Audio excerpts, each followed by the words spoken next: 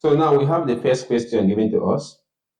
A bus traveling at 60 km/h accelerates uniformly at 5 meters per second squared. Calculate the velocity after 2 minutes. So we're asked to calculate the velocity of the car. So the first thing we do is to write out the quantities that are given to us.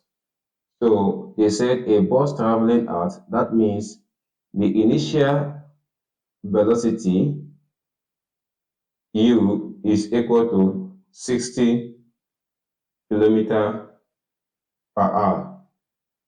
But then we need to convert this to SI unit. So to convert this will be equal to 60 times 1000, which is in kilometer, divided by 3600. So this can be expressed as 16.67 or a meter per second. Again, the next quantity we have is the acceleration, which is equal to 5 meters per second squared. And also, we are given the time. So the time taken is 2 minutes.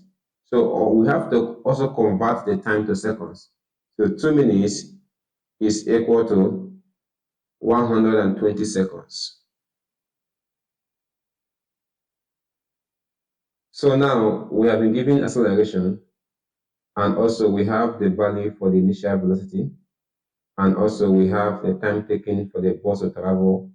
Now we have to use an equation that relates these quantities together. And the equation we can use is the first equation of motion, which states that V is equal to U plus AT. So at this point, we can substitute our values. So we have that this becomes 16.67 plus 5 times 120. So 120 times 5 is equal to 600 plus 16 times 6, 7. So if we add up that together, our velocity will be equal to 616.67 meters per second. So therefore, we have been able to calculate the velocity of the car after 2 minutes. Now, let's take up the next question.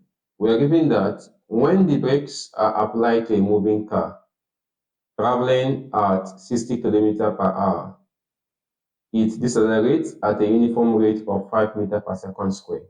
We are asked to calculate the time taken to reach a velocity of 36 km/h. So we are given that the car was traveling, so its initial velocity is equal to 60 km/h. So we have to convert this to meter per second. So we multiply 60 by 1000 and divide by 3600. So this will be equal to 16.67 meters per second. Now, the next quantity we have is that the car decelerates. So therefore, this becomes minus 5 meters per second squared. We have this minus because it is retardation. That means the car is decelerating. And also, we are given the final velocity, which is equal to 36 km/h. So let us convert it to meter per second. So we have that this is 36 multiplied by 1000 divided by 3600. So this will be equal to 10 meters per second. Now note that the initial velocity is higher than the final. That means the car retardates. So we are asked to calculate the time. So we have it that time was not given to us. So at this point, since we have the initial and final velocity, and also we have the value of the acceleration at this time, which is retardation, so we can be able to calculate the time using v equal to u plus 80. So let us input our values.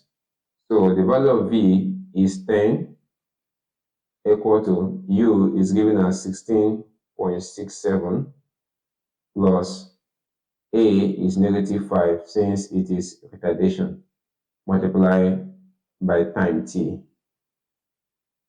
So the equation becomes 10 minus, if we move this value to the left hand side, so we have 16.67 equal to minus 5t.